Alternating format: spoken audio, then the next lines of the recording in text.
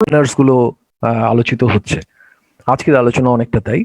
আমাদের মধ্যে আজকে স্পিকার্স আছেন অনেকেই, যারা এই বিষয়টার উপরে আলোকপাত নিশ্চয়ই করবেন। বিশেষভাবে তারা বিশেষ কিছু ব্যাকগ্রাউন্ড থেকে কিছু বাচ্চাদের বিশেষ অবস্থাটাকে তুলে ধরবার চেষ্টা করবেন, আমি আশা করব। তার আগে জাস্ট এটুকু বলা, যেটা আমরা সবাই জানি, তবু আমরা আরেকবার একটু চর্চায় নিয়ে আসতে চাই যে নিউ এডুকেশন পলিসি মূলত আহ, 4-5টা ভাগে বিভক্ত। তার মধ্যে স্কুল এডুকেশন আর হায়ার এডুকেশন এবং শিক্ষকদের বিষয়টা আছে। শিক্ষকদের তাদের নিজস্ব training, teachers training education, teachers training and তাদের যে পেশাগত জায়গাগুলো, তাদের পেশাগত ক্ষমতা, অক্ষমতা, এগুলোকে টেস্টিং ইত্যাদির ব্যাপার, এই সমস্তগুলো রয়েছে। কিন্তু আমি ওই বিশদ জায়গায় যাব না। আমি আজকে মূলত আমরা আলোচনাটাকে যদি স্কুল এডুকেশন এবং অফকোর্স উচ্চশিক্ষার জায়গাতে আটকে রাখতে পারি, তাহলে আমার মনে হয় অনেকটাই আমরা এগোতে পারবো আলোচনাটাকে। তো স্কুল এডুকেশন মেইনলি এখন যা পদ্ধতিতে চলছে, যে যে ভাবে ভাগ করা আছে, আপনারা জানেন এই নিউ এডুকেশন পলিসিতে এটা 5+3+3+4 এইভাবে ভাগ করা হয়েছে। প্রথম 5 বছর, যে প্রথম 5 বছরের মধ্যে প্রথম 5 বছরটাকে ধরা হচ্ছে ফাউন্ডেশনাল, অর্থাৎ ভিত তৈরি করার সময়। এই ফাউন্ডেশনাল কোর্সটা হচ্ছে 5 বছর, কম্পোজড অফ 5 ইয়ার্স। তার মধ্যে 3 বছর হচ্ছে প্রাক প্রাথমিক প্রাক school, in fact pre school education. আর 2 বছর হচ্ছে যে সেখানে কিছু লেখাপড়া শুরু হবে, যেখানে কিছু পড়াশোনা, লেখাপড়া এবং খানিকটা সামান্য কিছু অঙ্ক, মানে যোগ বিয়োগ গুণ ভাগের মতো বিষয়। তো এইটা করতে গিয়ে এখানে একটা বড় প্রশ্ন থাকছে যে এই যে প্রথম 3 বছর, এই প্রথম 3 বছরটা আমরা জানি যে সময়কাল, সেই সময়কালটা হচ্ছে একটা বাচ্চার ম্যাক্সিমাম ব্রেন ডেভেলপমেন্ট ওই সময়টা হয়। কিন্তু নিউ এডুকেশন পলিসিতে যেটা সাজেস্ট করা হচ্ছে, সেটা হচ্ছে অনেকটা এরকম যে এটা আইসিডিএস এর কর্মীদের দিয়েই তাদের একটা অনলাইন ট্রেনিং এর মাধ্যমে তাদেরকে খানিকটা দক্ষতা বাড়িয়ে এই কাজটা সারা হবে, এবং সেটা স্কুলে চলবে বা অন্য কোনো জায়গায় চলবে।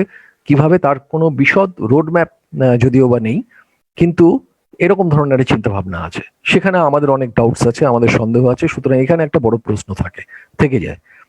এরপরে যেটা পরের 3 বছর হচ্ছে মূলত মিডল স্কুলের, যেটা 6, 7, 8টাকে ধরা হয়েছে মিডল স্কুল টাইপের।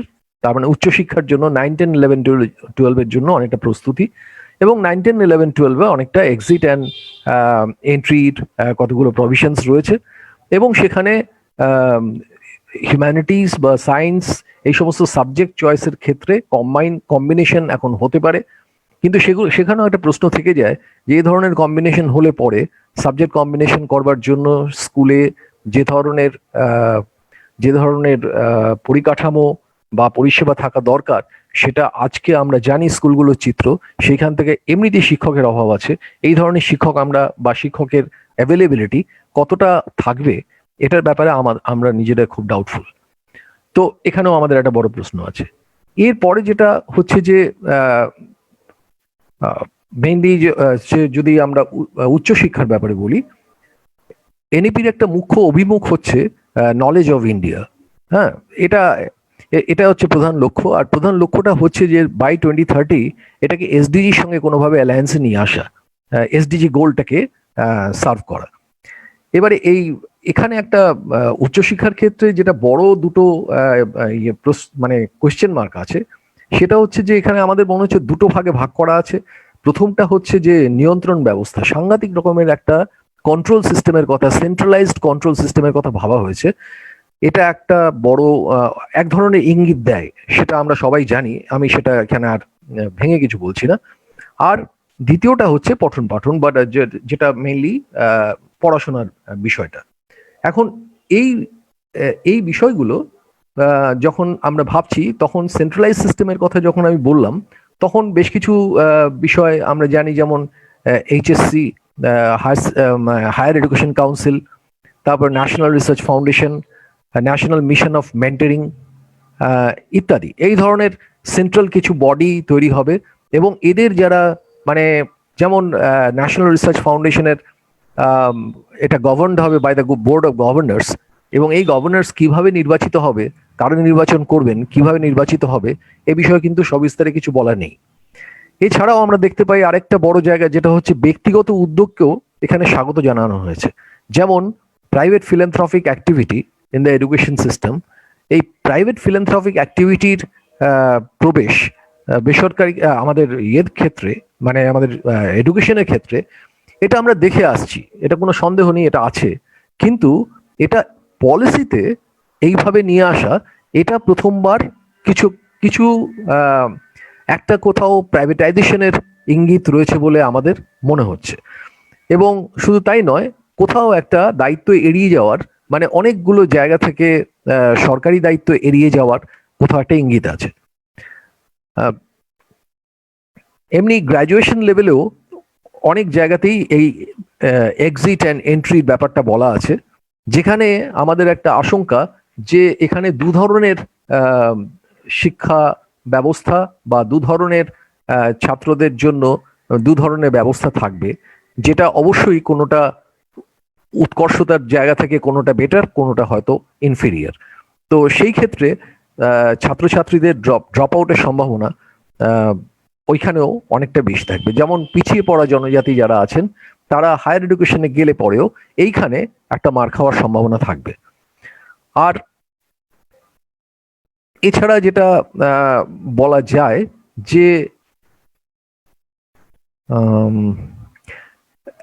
একটা জিনিস আমার মনে হয় যে একটা ইঙ্গিত হিসেবে বলা যেতে পারে যে বিশ্বায়নের যে দাবি দাওয়া যেগুলো ছিল, মানে গ্যাটের সময় থেকে আমরা দেখে আসছি, সেই দাবি দাওয়াগুলো মেটানোর একটা তাগিদ এই এডুকেশন সিস্টেমের মধ্যে দেখা যাচ্ছে, মানে এডুকেশন পলিসির মধ্যে কোথাও পরিষ্কারভাবে বেরিয়ে আসছে। তো সেইটাও একটা ইঙ্গিত আছে। এছাড়া উচ্চশিক্ষার ক্ষেত্রে যে গ্রস এনরোলমেন্ট রেশিও বাই 2030 50% হবে, এই যে সেটাও নিয়ে যাওয়ার লক্ষ্যে যেটা করা হচ্ছে যে অনলাইন ডিজিটাল শিক্ষার উপরে ম্যাক্সিমাম জোর দেওয়া হয়েছে। এই অনলাইন ডিজিটাল শিক্ষা ব্যবস্থা নিয়ে আমরা জানি যে কি ধরনের আজকে আমাদের মনেই অনেক ধরনের প্রশ্ন উঠেছে, এবং আমরা দেখতে পাচ্ছি চারিদিকে কি ধরনের হতাশা, নৈরাশ্য এবং নানান ধরনের খবরাখবর আসছে। ছাত্রছাত্রীরা অনেক সময় আত্মহননের পথ পর্যন্ত বেছে নিচ্ছে। তো এই বিষয়গুলো রয়েছে। আর আমরা মানে এ নিয়ে আমরা পরিসংখ্যানও বেশ কিছু পেয়েছি যে আমাদের মানে প্রায় 55,000 গ্রামে যেখানে মোবাইল আওতার মধ্যে নেই বা বাইরে, 26% মানুষের রয়েছে ইন্টারনেট যোগাযোগ, মাত্র 26%, মানে এটার অ্যাভারেজের কথা বলছি। তো এটা একটা এনসিআরটি প্রায় 34,000 ছাত্রছাত্রীদের নিয়ে একটা নিরীক্ষা চালিয়েছিলেন। তো তার ভিত্তিতেই আমি এই ফিগারগুলো বললাম।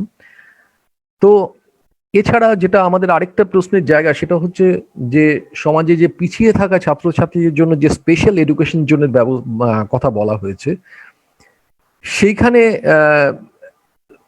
কোথাও একটা মনে হচ্ছে যে একটা সামাজিক স্তরের কথা ভেবে অবশ্যই বলা হয়েছে, কিন্তু সেইখানে কিন্তু যেটা বলার দরকার ছিল বলে আমার মনে হয় যে এখানে কোথাও উচ্চশিক্ষার ক্ষেত্রে এটা বলা হয়নি যে কোথাও দলিত স্টাডিজের কথা বলা হয়নি, বা জেন্ডার স্টাডিজের কথা বলা হয়নি, বা কালচারাল স্টাডিজের কথা বলা হয়নি, ট্রাইবাল স্টাডিজের কথা বলা হয়নি, বা ধরা যাক যে স্টাডিজ অফ ডিসক্রিমিনেশন অ্যান্ড এডুকেশনের কথা বলা হয়নি, এনভায়রনমেন্টাল স্টাডিজের কথা বলা হয়নি, যেগুলো আমাদের এই পিছিয়ে পড়া জনজাতির জন্য অত্যন্ত গুরুত্বপূর্ণ কতগুলো বিষয়, সেই বিষয়গুলোর উপরে কোনো রকম আলোকপাত নেই, বা যেগুলো থাকলে পরে যার উপস্থিতিতে প্রান্তিক মানুষের উন্নতির ক্ষেত্রে যেটা অত্যন্ত আবশ্যক এবং এই মুহূর্তে প্রয়োজন, যেটা একটা সংহতিপূর্ণ সার্বিক শিক্ষা ব্যবস্থা, তার জন্য এই ধরনের বিষয়গুলো থাকার বা এর উল্লেখ করার বিশেষ দরকার ছিল। তা না করে যেটা স্পেশাল এডুকেশন জোনে যে কি করা হবে তার বিষয়ে আমরা কিন্তু খুব একটা বিশদভাবে কিছু বুঝতে পারছি না। আর ফাইন্যান্সের ব্যাপারে কিছু বলার নেই। ফাইন্যান্সের ব্যাপারে আপনারা সবাই জানেন যে 6% অফ দ্য জিডিপি ব্যয় করা হবে, কিন্তু কিভাবে ব্যয় করা হবে সেটা কিন্তু আমাদের কাছে কারোর কাছে পরিষ্কার নয়। অ্যাটলিস্ট ন্যাশনাল এডুকেশন পলিসি পড়ে তো এটা কিছুই বোঝা যাচ্ছে না। তার থেকেও বড় কথা, যেটা সবচেয়ে বেশি আমাদের চিন্তায় রাখছে, সেটা হচ্ছে এই এন্টায়ার ন্যাশনাল এডুকেশন পলিসির যে ডকুমেন্টে মাত্র একবার কোনো রকম ভাবে একটা রাইট টু এডুকেশন এই আইনটার কথা উল্লেখ আছে, সেটাও প্রায় মানে পাসিং রিমার্কসের মতো।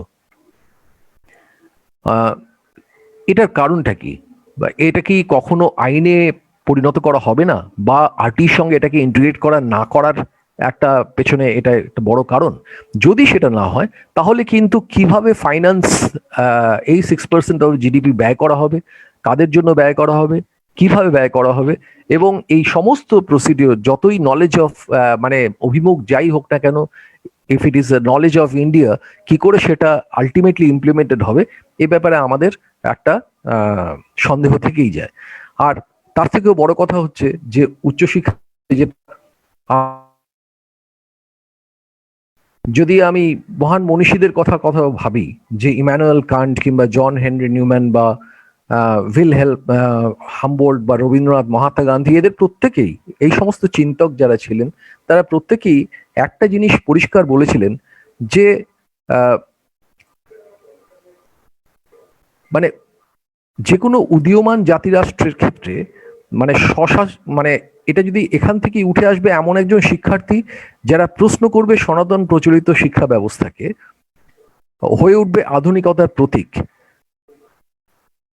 আর এই প্রস্তাব মানে এনাদের এই প্রস্তাবের গুরুত্ব বুঝে কিন্তু 1998 সালে ইউনেস্কো ডিক্লারেশন, এটা ডিক্লারেশনও এই কথাগুলো ছিল। নম চমস্কির ভাষায় মানে বিশ্ববিদ্যালয়গুলি হওয়া উচিত বা ইউনিভার্সিটিগুলো হওয়া উচিত ইনকিউবেটরস অফ আইডিয়াস অ্যান্ড ইনোভেশনস। তো এই সমস্ত ব্যাপারগুলো আমরা জানি। আমরা যদি দেরিদার কথাও যাই তাহলে সে একই প্রসঙ্গ চলে আসবে। তাই হায়ার এডুকেশন বা আমাদের স্কুল এডুকেশন, যা কিনা ভিত ফর দ্য হায়ার এডুকেশন, সমস্ত বিষয় নিয়েই অনেক অনেক প্রশ্ন আছে, যে প্রশ্নগুলো সত্যি এখন সমাধান প্রয়োজন, কিন্তু কে করবে সমাধান আমাদের জানা নেই। তাই আমরা গ্রাসরুটে, বিশেষত গ্রাসরুটে অ্যাকশন ওরিয়েন্ট করতে চাই। এবং সেটা যদি আমার মনে হয় যে ওপরের দিকে সমস্ত ইনস্টিটিউশনগুলো, right starting from prime minister office right down to the wherever, যে কোনো লেভেলই আমরা দেখি না কেন, তারা এখন ইনঅ্যাক্টিভ, তারা কিন্তু কাজ করছেন না। মানে সবই প্রায় লকডাউনের মধ্যেই পড়ে গেছে সম্ভবত। এখন একমাত্র যারা আছে, যারা সরাসরি এটার দ্বারা প্রভাবিত হচ্ছে, মানে যাদের উপরে ডাইরেক্টলি যারা এফেক্টেড, তাদের সঙ্গে কাজ করার দরকার আছে, তাদের কথা শোনার দরকার আছে, তাদের কাছে সঠিক বার্তা নিয়ে পৌঁছানোর দরকার আছে। এবং সেইখানেই আমার মনে হয় যে একেবারে লাস্ট পয়েন্ট অফ ডেমোক্রেসিতে যে সমস্ত ইনস্টিটিউশনগুলো রয়েছে, লাইক স্কুল আছে, আইসিডিএস আছে, স্বাস্থ্যকেন্দ্র আছে, আমাদের হেলথের কিছু পরিষেবা রয়েছে, পঞ্চায়েত আছে, মিউনিসিপ্যালিটি আছে, এরা যারা যেখানে আছে সেইখানে তাদের দরজায় কড়া নাড়া দরকার যে কিভাবে হবে এই এডুকেশন চালু করা হোক।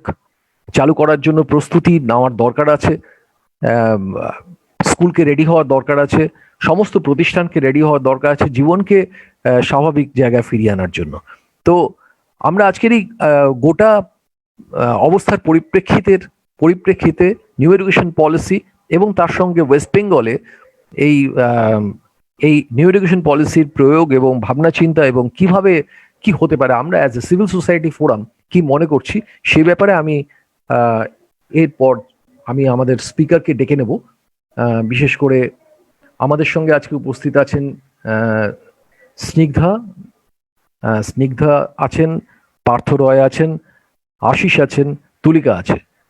আই এম নট শিওর যে সব্যসাচী আছে কিনা। তো হাউএভার আমি প্রথম স্নিগ্ধাকে রিকোয়েস্ট করব যে Snigdha, if you come. Thank you. হ্যাঁ, শোনা যাচ্ছে স্নিগ্ধা। আচ্ছা, গুড আফটারনুন। আজকের এই আলোচনাটা থাকতে পেরে আমারও খুব ভালো লাগছে। যতগুলো এই আলোচনায় অংশগ্রহণ করি, there is so much to learn প্রত্যেকটা সময়। গত 2 মাসে এনইপি নিয়ে অনেক আলোচনা চর্চা চলছে বিভিন্ন প্ল্যাটফর্মে, বিভিন্ন ফোরামে। আজকেও প্রবীরদা আপনি যে কথাগুলো বললেন, very valid and very valuable.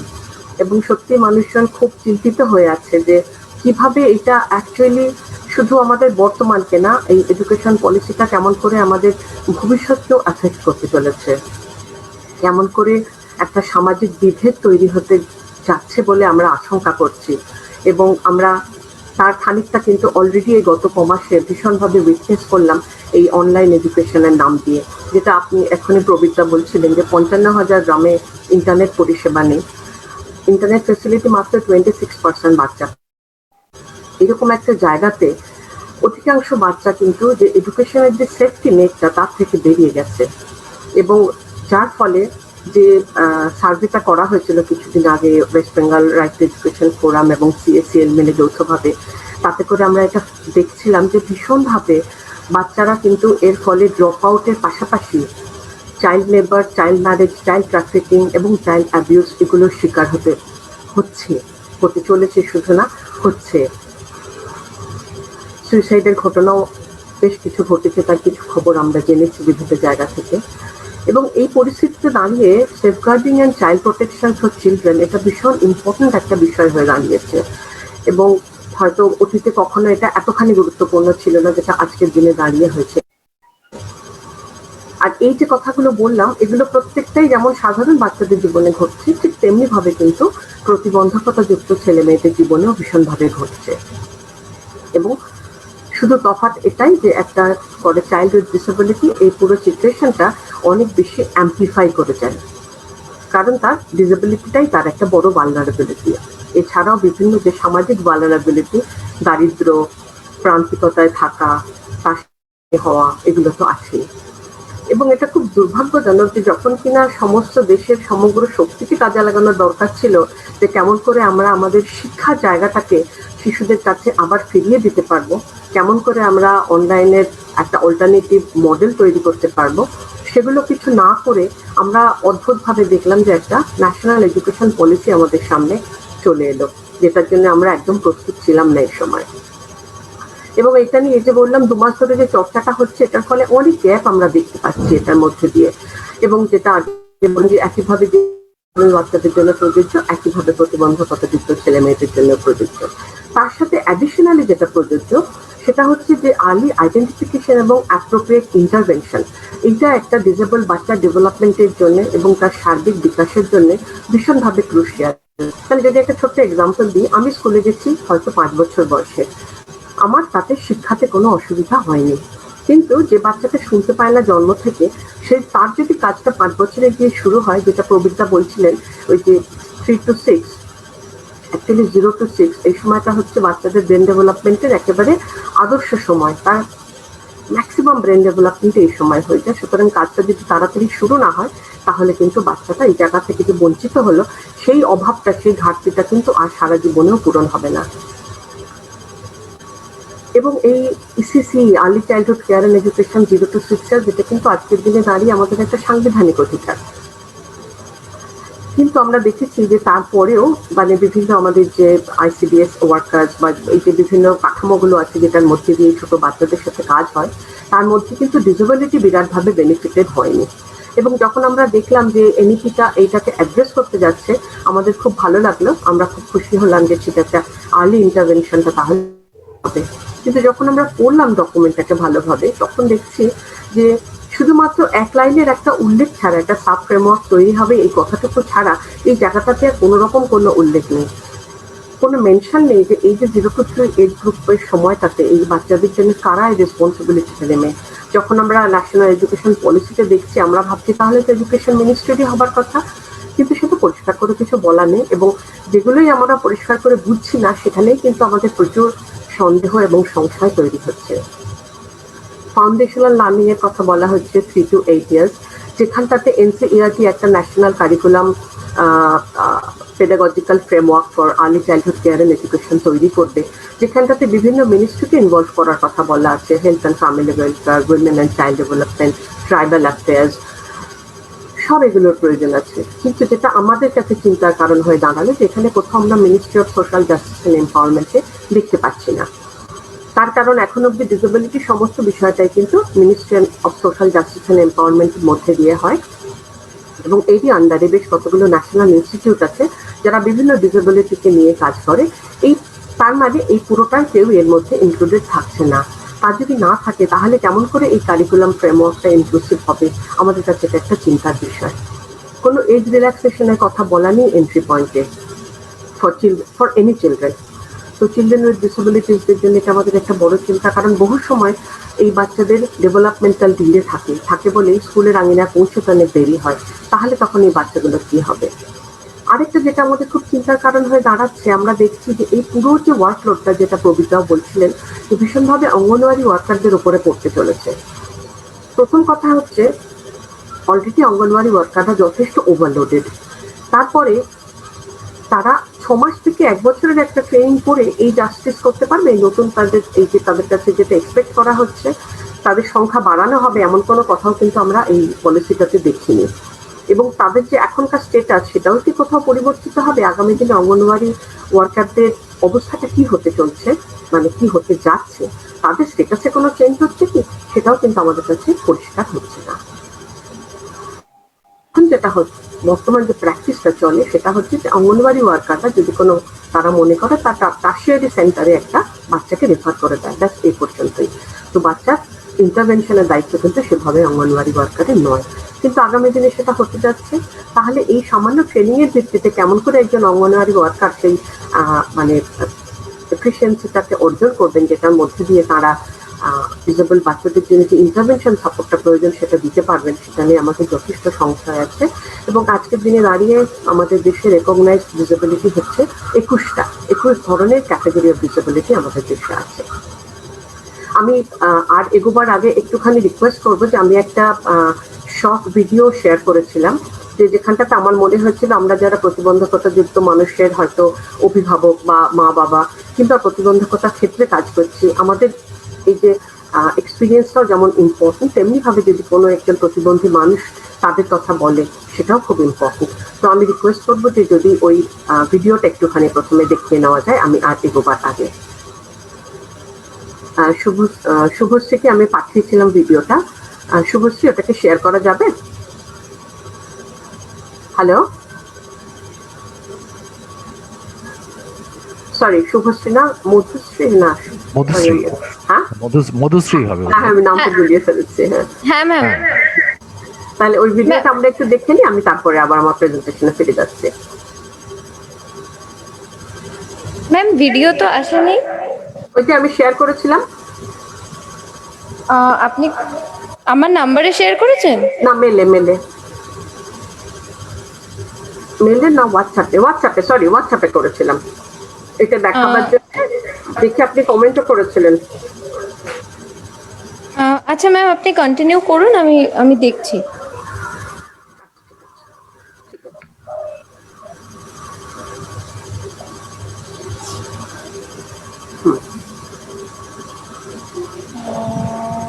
তো এখানটাতে ছিলাম যে এগুলোর পাশাপাশি যে এটা একটা বড় চিন্তা যে 21 ধরনের ডিসেবিলিটির যে ক্যাটাগরি এখন আমাদের দেশে আছে, কেমন করে সেই এতগুলো ক্যাটাগরি ডিসেবিলিটিকে আমাদের অঙ্গনওয়াড়ি ওয়ার্কাররা সেই বাচ্চাদের সাথে কাজ করতে পারবেন।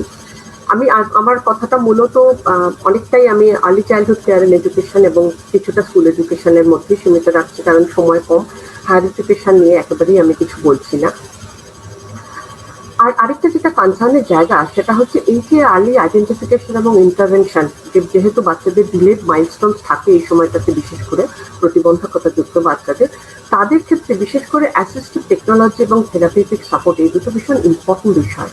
আমরা দেখেছি যখন পড়তে গেলাম যে স্কুল এডুকেশন লেভেলে অ্যাসিস্টিভ টেকনোলজির কথা তবু বলা হয়েছে, কিন্তু যে সময়টা এটা সব থেকে ক্রুশিয়াল, যখন বাচ্চাটা সবে ধরা পড়লো, এই 0 to 3, আইডিয়ালি তো জন্মের সাথে সাথেই ধরা পড়ার কথা অনেকগুলো প্রতিবন্ধকতা, হয়তো কিছু কিছু ক্ষেত্রে জন্মের সাথে সাথে বোঝা যায় না, কিন্তু যখন অ্যাসিস্টিভ টেকনোলজির প্রয়োজন তখন কিন্তু এটা একেবারে যত তাড়াতাড়ি শুরু করা যায় ততই ভালো। সেম উইথ থেরাপি, এইটার কোনো উল্লেখ কিন্তু আমরা দেখলাম না। যদি আদৌ না থাকতো ভাবতাম যে হয়তো এটার কথা ভাবা হয়েছে, পলিসিতে বলা হয়নি, কিন্তু এডুকেশনের, আমরা স্কুল এডুকেশনে কিন্তু এটার উল্লেখ পেয়েছি।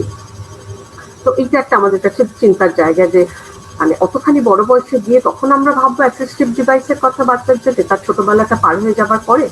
পাশাপাশি আরো যে চিন্তাগুলো যেটা প্রবীরদাও বলে গেলেন, যে এই এরপরেও চিন্তাটা হচ্ছে যে 14 থেকে 18 এই বয়সটা কিভাবে অ্যাড্রেস হবে, বা 3 to 6 এটা কিভাবে অ্যাড্রেস হবে। পুরো এনইপি ডকুমেন্টটাতে একেবারেই পাসিং রিমার্কের মতো করে আরটিএ একটার কথা বলা হয়েছে, তাকে একেবারে কোনো রকম গুরুত্বই দেওয়া হয়নি।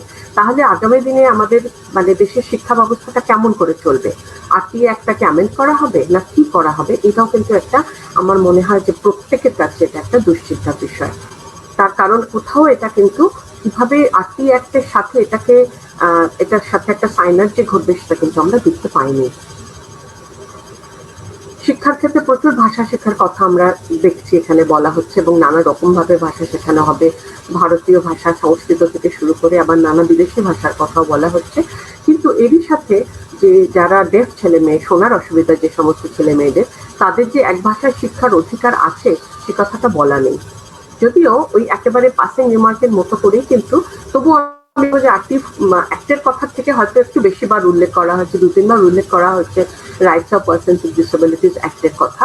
তাতে এক ভাষায় শেখার অধিকারের কথা বলা আছে, কিন্তু এই পলিসি ডকুমেন্টের মধ্যে কোথাও সেটা বলা নেই। আরেকটা জায়গা আমাদের খুব যেটাতে অসুবিধা হয়েছে সেটা হচ্ছে যে বলা হয়েছে যে আইএসএল, সেটা হচ্ছে Indian sign language, will be standardised এবং local sign language will be respected and taught as well. তো প্রথম কথাটা হচ্ছে লোকাল সাইন ল্যাঙ্গুয়েজ বলে কিছু হয় না, সাইন্স হয় কিন্তু সাইন ল্যাঙ্গুয়েজ হয় না। ভারতবর্ষে স্বীকৃত একটাই ভাষা ইন্ডিয়ান সাইন ল্যাঙ্গুয়েজ। আবার এটাও বলা হচ্ছে যে ইন্ডিয়ান সাইন ল্যাঙ্গুয়েজ এনআইওএস এর আন্ডারে, ওপেন স্কুলিং এর আন্ডারে। সেখানটা আমাদের কাছে একটা বড় প্রশ্নের জায়গা, যে যখন একটা ন্যাশনাল লেভেল ইনস্টিটিউট আছে ISL RTC, Indian sign language research and training centre, তাহলে কেন সাইন ল্যাঙ্গুয়েজ আইএসএলটা চলে যাচ্ছে এনআইওএস এর কাছে?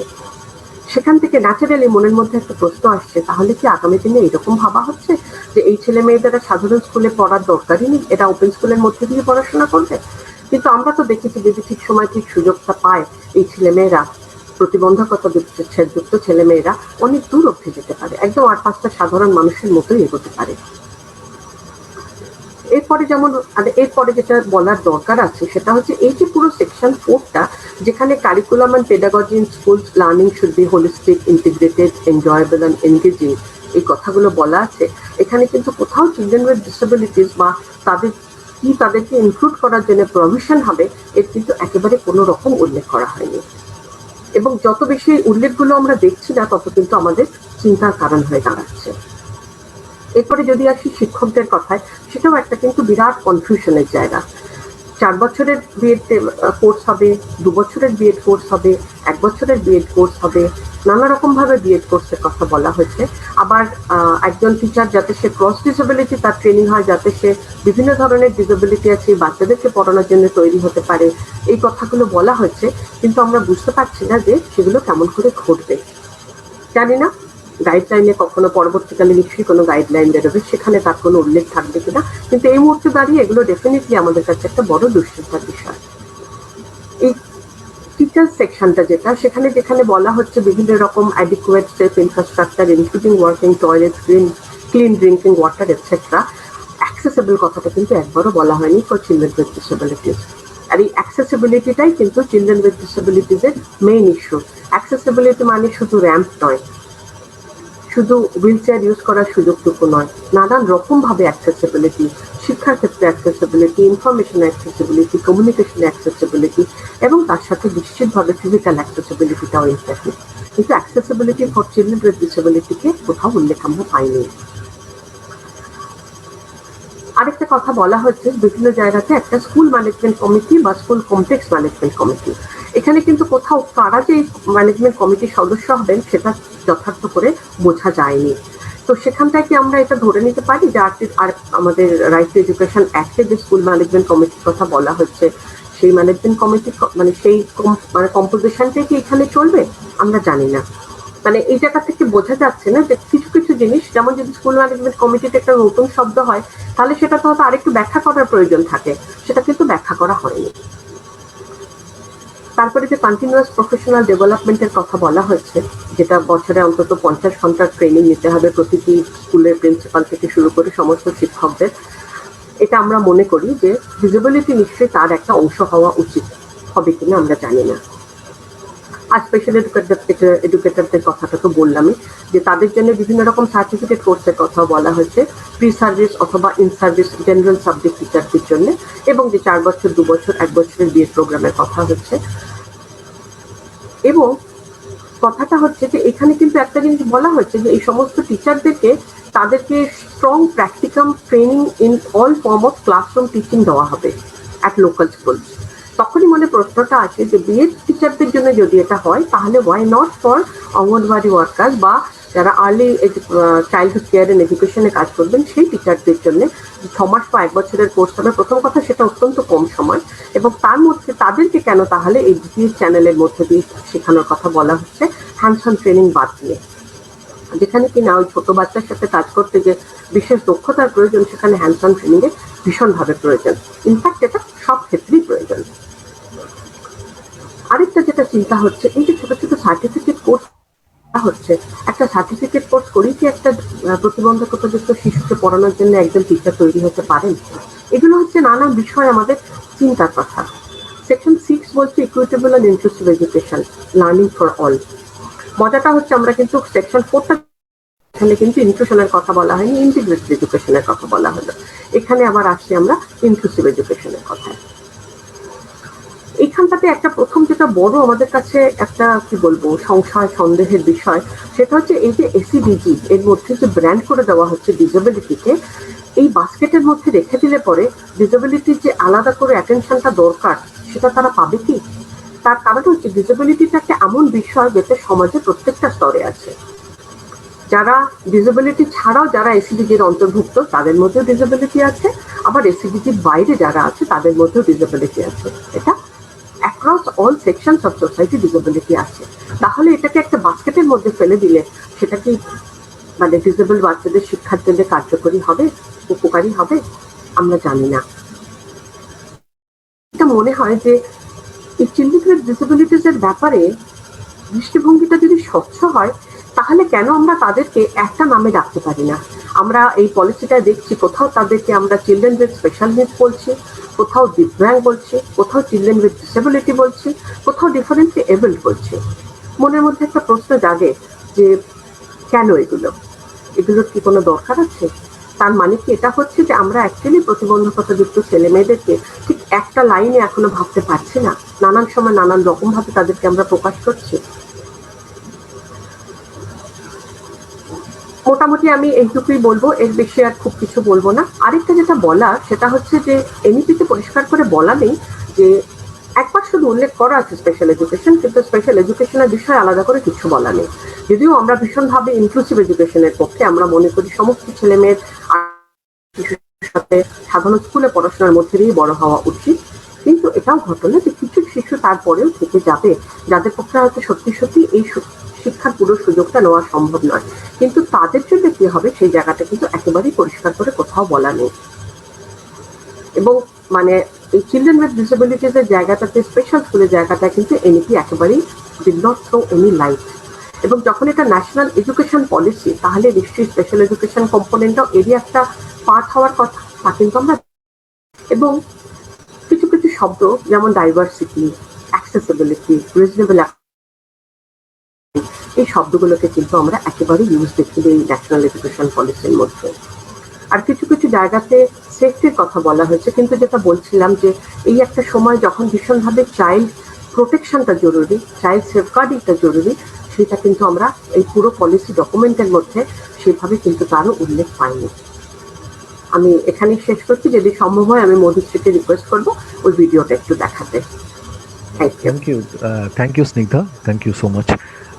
অনেক অনেক ইম্পর্টেন্ট অ্যান্ড পার্টিনেন্ট কোয়েশ্চেন, অনেক প্রশ্ন মধুশ্রী রেখেছে, সরি স্নিগ্ধা রেখেছে। তো আমার মনে হয় স্নিগ্ধা কোনো কারণে মধুশ্রী ওটা পায়নি, ইয়েটা। ও দ্যাট ইজ স্যাড। কিন্তু আমি যে পাঠিয়েছিলাম সেটা তো আবার অ্যাকনলেজ করে আমাকে বললো যে ইটস ভেরি গুড। আমি তাহলে কাকে পাঠিয়েছি? যে নাম্বার থেকে আজকের আমি লিংকটা পেয়েছিলাম।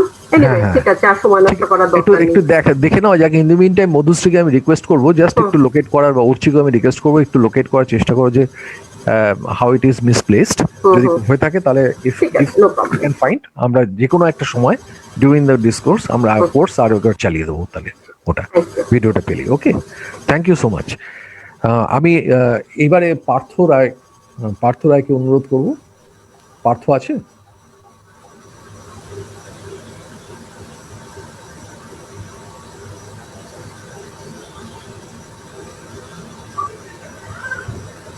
Good afternoon. Yes, thank you.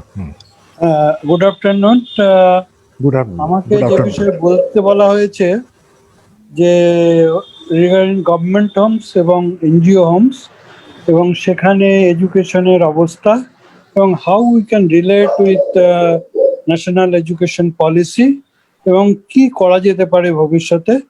আমার দুটো কথা একটা মনে হচ্ছিল যখন কবির বলছিল যে ডিসঅ্যাডভান্টেজ গ্রুপ। আমার মনে হয় যে আমরা যদি হোম দেখি, হোমের যে হোমস আছে, জুভেনাইল জাস্টিস ব্যুরো জেজেবি আছে, আমাদের এনজিও রান হোমস আছে, শেল্টার হোমস আছে, ডিফারেন্ট টাইপ অফ হোমস আছে।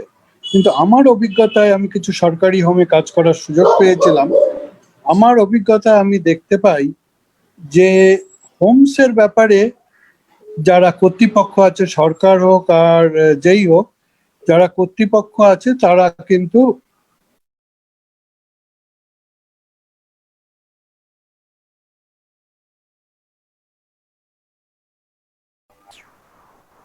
পার্থ, তোমারটা মিউট হয়ে গেছে মনে হচ্ছে।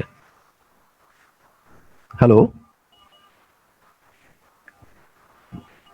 Hello Partha?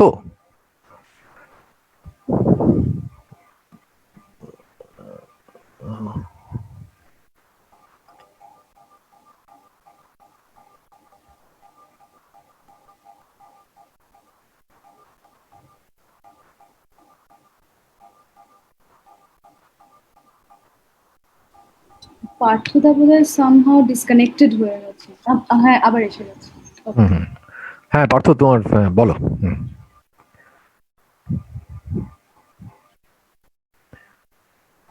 Partha, please continue.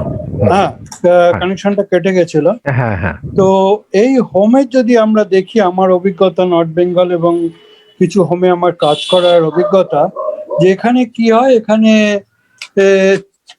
Child need care and protection তাদের বেশি বাচ্চাদের যে হোমে ছিল, এবং কিছু বাচ্চাকে যারা এই জন্য গ্রাম থেকে পড়তে আসতো এবং এই হোমগুলো থাকতো, তাদের লাইন করে দাঁড় করিয়ে তাদের লোকাল স্কুলে পাঠিয়ে দেওয়া হতো। কিন্তু যাদের রিস্ক বেশি ছিল তাদের কিন্তু বাইরে বার করা হতো না।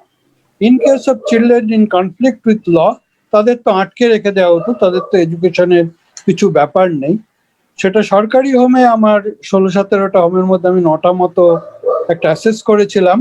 হ্যালো হ্যালো হ্যালো হ্যাঁ, শোনা যাচ্ছে পার্থদা, শোনা যাচ্ছে। তো আমি অ্যাসেস করেছিলাম, তাতে আমরা দেখতে পেয়েছিলাম যে অ্যাকচুয়ালি যারা ওখানকার লোক আছে তাদের এডুকেশন সম্বন্ধে কোনো ওরিয়েন্টেশন নেই। আরেকটা বড় ব্যাপার হচ্ছে চাইল্ড প্রোটেকশন সম্বন্ধে কোনো ওরিয়েন্টেশন নেই। Corporal punishment is rampant. এইটাই ছিল ওখানকার সিনারিও। কিন্তু এই নতুন আমাদের যে এডুকেশন পলিসি এসছে, তাতে কিন্তু এই বাচ্চাদের কথা কোথাও উল্লেখ করা নেই। আমার এই শুনতে শুনতে মনে হচ্ছিল যে হয়তো এদের জন্য ডিজিটাল এডুকেশন, যেহেতু এরা খুব কম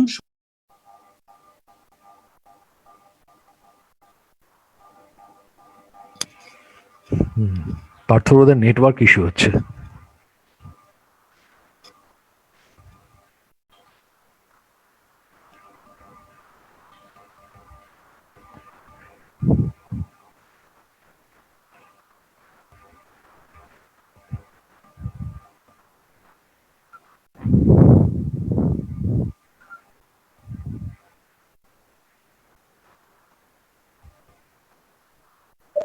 হ্যালো।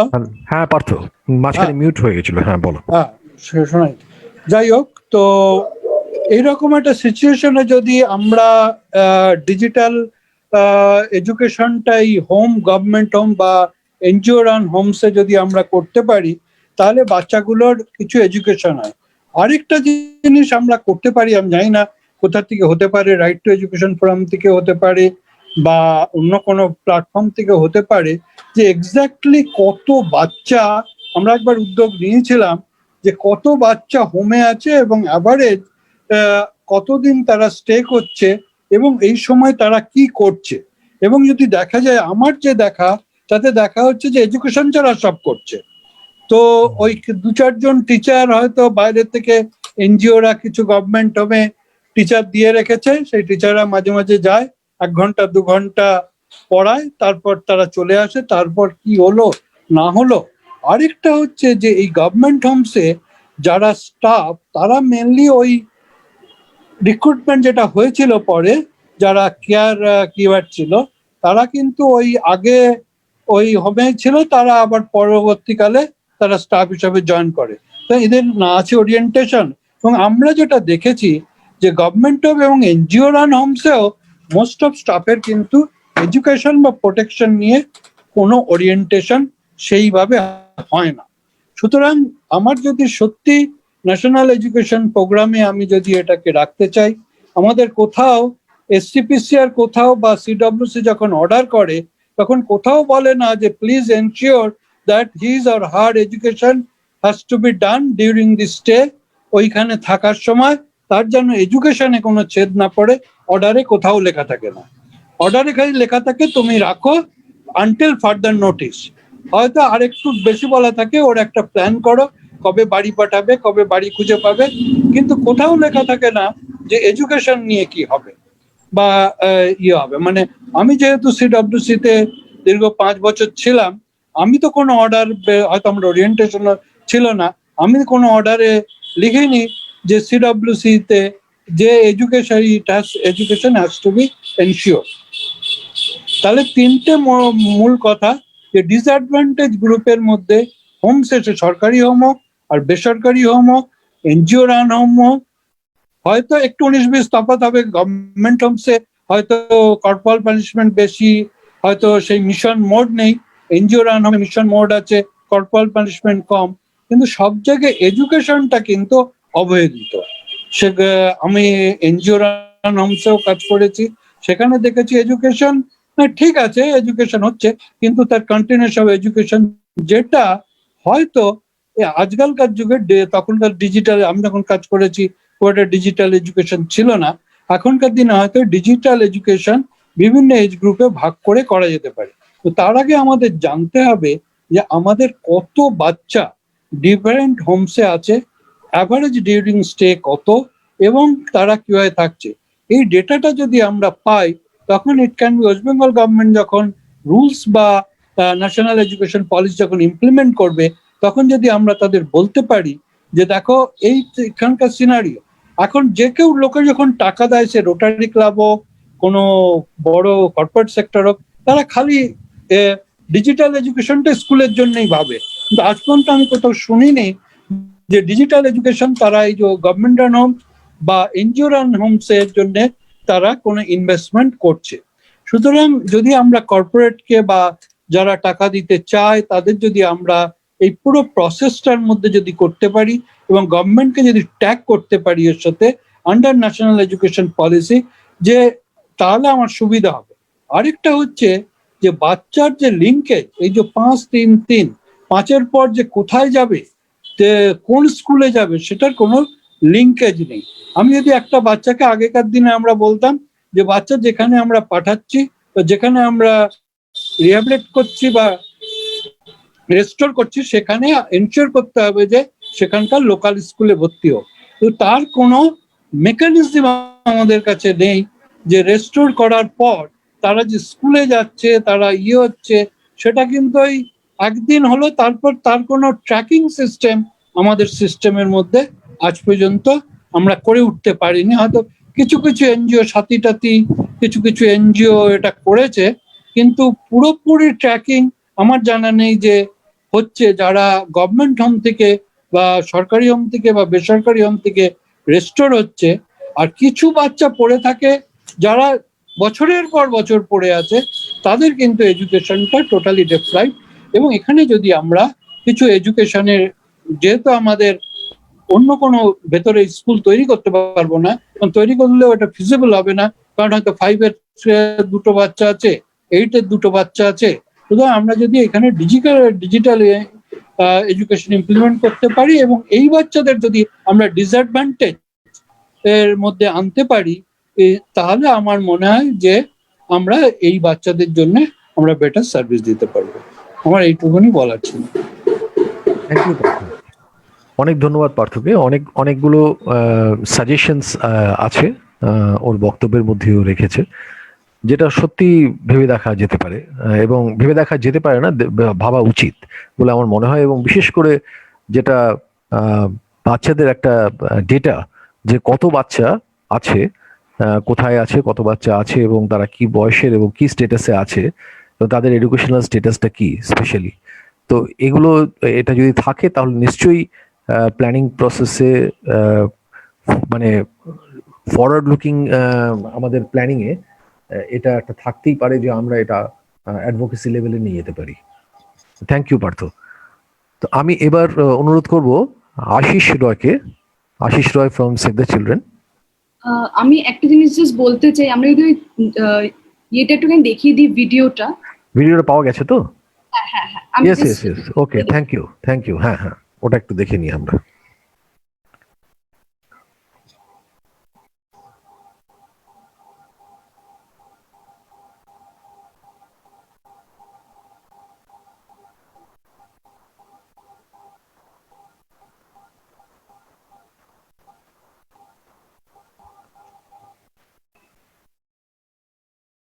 অডিওটা অফ আছে নাকি?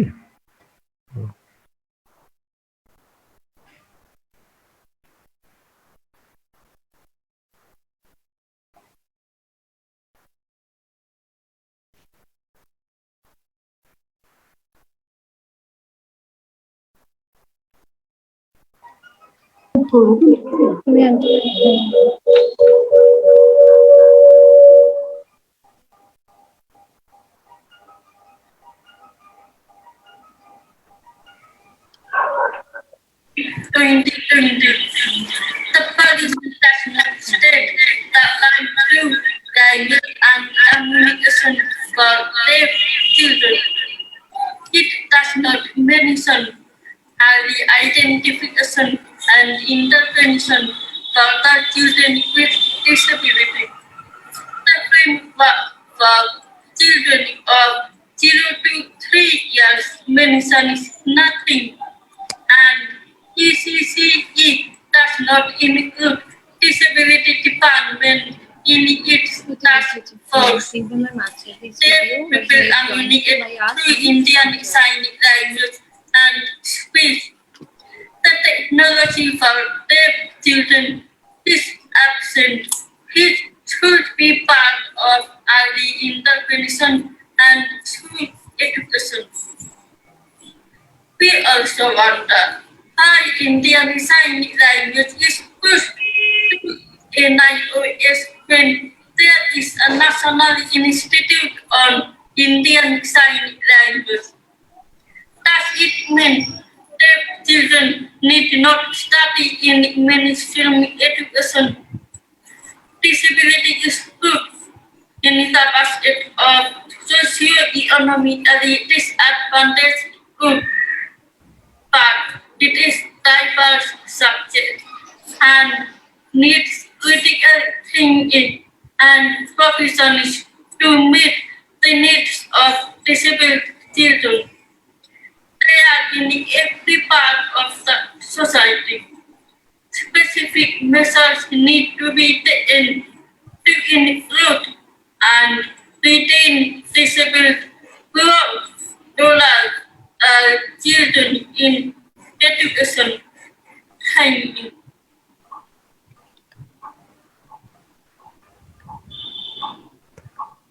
you. Thank you, Snigdha. Thank you, Madhusri, for finally finding out. Okay, now Ashish Roy. Yes Prabidya, প্রথমেই ইন্ডিয়ান ইউথ ফেডারেশনের সবাইকে থ্যাংক ইউ দিচ্ছি এটা অর্গানাইজ করার জন্য। এই নিউ এক্সক্লুশন পলিসি, ঠিক বললাম না? হ্যাঁ, নিউ এক্সক্লুশন পলিসি, যেটা এখন আমাদের আলোচনার বিষয়বস্তু। তো এটা খুব দরকার এবং এটাকে নিয়ে কথা বলা দরকার, কারণ আমরা দেখতে পাচ্ছি চারিদিকে এই নিউ